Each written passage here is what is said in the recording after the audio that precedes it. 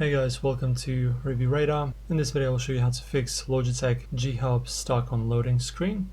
So the solutions that I'm going to show are very simple. There are two of them. So the first one is going to be you need to open up your task manager, and the first one is going to be just ending the process of the Logitech application.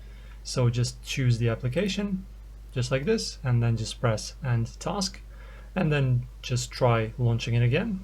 If this didn't fix your issue, the next solution is going to be expanding the Logitech processes and then just right clicking, click on open file location, and basically in here you need to locate in here these applications, as you can see, agent, software manager, etc.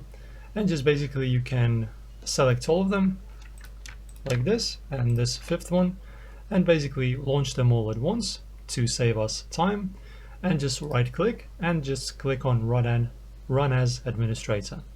And when you do this, you should be able to fix your issues.